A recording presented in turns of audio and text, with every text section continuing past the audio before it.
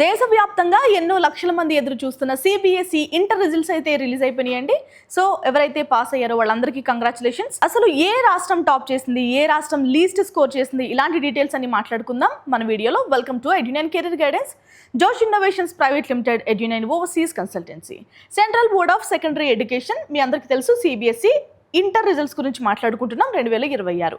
ఓకేనా. అసలు మొత్తం ఓవరాల్గా ఎన్ని బుక్లెట్స్ ఉన్నాయో తెలుసా మీకు? 98,66,622 బుక్లెట్స్ అయితే మనకి ఎవాల్యూట్ చేయడం జరిగిందండి. ఈసారి ఏంటంటే అంతా కూడా ఆన్లైన్ పద్ధతిలోనే చేశారు. మొత్తం ఓవరాల్గా పాస్ పర్సెంటేజ్ ఎంత అంటే 85.20. గతంతో పోలిస్తే 3.19% అనేది ఈసారి తగ్గింది. ఓకే. మొత్తం ఎంతమంది విద్యార్థులు పరీక్షకు హాజరయ్యారు అంటే 17,60,000 మంది అయితే ఎగ్జామ్కి అటెండ్ అయ్యారండి. ఓకేనా. ఇంకా ఫర్దర్గా త్రివేంద్రం వచ్చేసి 95.62 స్కోర్ చేసింది. చెన్నై ఇది మాత్రం ఫస్ట్ ప్లేస్లో ఉందండి త్రివేంద్రం. ఓకే. చెన్నై 93.84, బెంగళూరు 93.19, ఇక విజయవాడ చూస్తే 92.77, ఇక లీస్ట్ వచ్చేసి ప్రయాగ్రాజ్ అండి 72.43% అయితే వాళ్ళు స్కోర్ చేశారు. ఓకేనా. ఒక్కసారి టాపర్స్ కనుక మీరు చూస్తే అందరూ కూడా సౌత్ ఇండియా స్టేట్స్లోని ప్రాంతాలే. ఓకేనా. రైట్. ఇక కంపారిజన్ చూసుకుందాం బాయ్స్కి గర్ల్స్కి. బాయ్స్ వచ్చేసి 82.13% అయితే పాస్ పర్సెంటేజ్ ఉందండి. ఇక గర్ల్స్ 88.86%. సో డిఫరెన్స్ ఎంత అంటే 6.73% బాలికలు పై చేయి సాధించారు. ఓకే. అసలు ఈసారి ఎవల్యూషన్ ఎలా జరిగిందండి అంటే ఎర్రర్ ఫ్రీగా, ఫాస్టర్గా, ట్రాన్స్పరెంట్గా, ఫెయిర్గా అయితే మనకి ఎవల్యూషన్ అయితే జరిగిందని చెప్పొచ్చు. ఈసారి ఏంటంటే 98,66,000 బుక్లెట్స్ అయితే మనకి ఫుల్లీ డిజిటల్ పద్ధతిలో మనకి ఎవల్యూషన్ అయితే చేయడం జరిగింది. ఎందుకొరకు అంటే ఎర్రర్ ఫ్రీగా ఉండడం కోసం, చాలా ఫాస్ట్గా రిజల్ట్స్ అందించడం కోసం, ట్రాన్స్పరెంట్గా ఉండడం కోసం, ఫెయిర్ రిజల్ట్స్ అనేవి ఇవ్వడం కోసం. సో మనకి మొత్తం కూడా డిజిటల్ పద్ధతిలో ఎవల్యూషన్ అనేది జరిగింది. ఓకేనా. దీన్ని ఏమంటారంటే OSM, on screen marking. So screen పైన కనిపిస్తుంటుంది, స్క్రీన్నే ఫుల్గా డిజిటల్ పద్ధతిలో మార్క్స్ వేసుకుంటూ వెళ్తారు. ఓకేనా. రైట్. మనకి పాత పద్ధతికి ఇప్పుడున్న పద్ధతికి ఎలాంటి డిఫరెన్స్ ఉందో మాట్లాడుకుందామండి. ఓకేనా. ట్రెడిషనల్ ఎవల్యూషన్, ఇక్కడ మనకి ఓఎస్ఎం పద్ధతిలో ఎవల్యూషన్ జరిగింది. ఫ్రీక్వెంట్ ఎర్రర్స్ అనేవి మనకి ఎక్కువగా వచ్చేవి, బట్ ఇప్పుడు ఆ ఎర్రర్స్ అన్నీ కూడా ఎలిమినేట్ అయిపోయాయి. ఇక అప్లోడింగ్ ఎర్రర్స్ పాసిబిలిటీ ఉంది కాబట్టి అప్లోడింగ్ ఎర్రర్స్లో కూడా, సో దాన్ని కూడా ఎలిమినేట్ చేయడానికి ఓఎస్ఎం పద్ధతిని మనం అడాప్ట్ చేసుకున్నాం. సో అప్లోడింగ్ ఎర్రర్స్ అనేవి ఇప్పుడు నుంచి ఉండవు. డైలీ కెపాసిటీ 20 నుంచి 25 బుక్స్ అయితే మనం ఎవల్యూట్ చేయొచ్చు.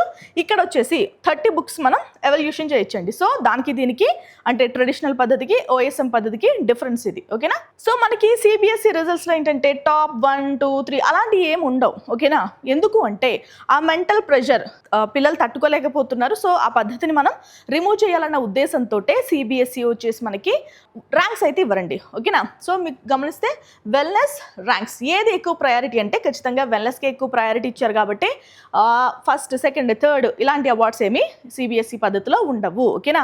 No merit list. ఓకేనా. సిబిఎస్ఈ 12th రిజల్ట్స్ అయితే వచ్చేసాయి, కానీ మనం ఎలా చూసుకోవాలి? సో నేను ఒక్కసారి స్క్రీన్ చూడండి, నేను ఎక్స్ప్లెయిన్ చేసే ప్రయత్నం చేస్తాను. ఏ వెబ్సైట్స్ చూసుకోవాలో కూడా చెప్తాను. ఎవరైనా చూసుకోకపోతే ఇప్పటి వరకు చూసుకోండి. ఓకేనా. cbse.gov.in, results.cbse.nic.in, ఇంకొకటి వెబ్సైట్ ఏంటంటే digilocker.gov.in, ఇంకా umang.gov.in. సో ఇలా తెలుసుకోవచ్చండి. లేదు అంటే మనం ఫోన్ నెంబర్కి డైల్ చేసి కూడా తెలుసుకోవచ్చు. టోల్ ఫ్రీ నెంబర్ చెప్తాను చూడండి, 01124300699. ఇదందరికీ ఇతర ప్రాంతాలకండి. ఢిల్లీ వచ్చేసి 24300699. సో దీనికి కనుక మనం డైల్ చేస్తే మన డీటెయిల్స్ కూడా అడుగుతారు. ఆ డీటెయిల్స్ అని ఇస్తే మన రిజల్ట్స్ తెలుసుకోవచ్చు. ఓకేనా.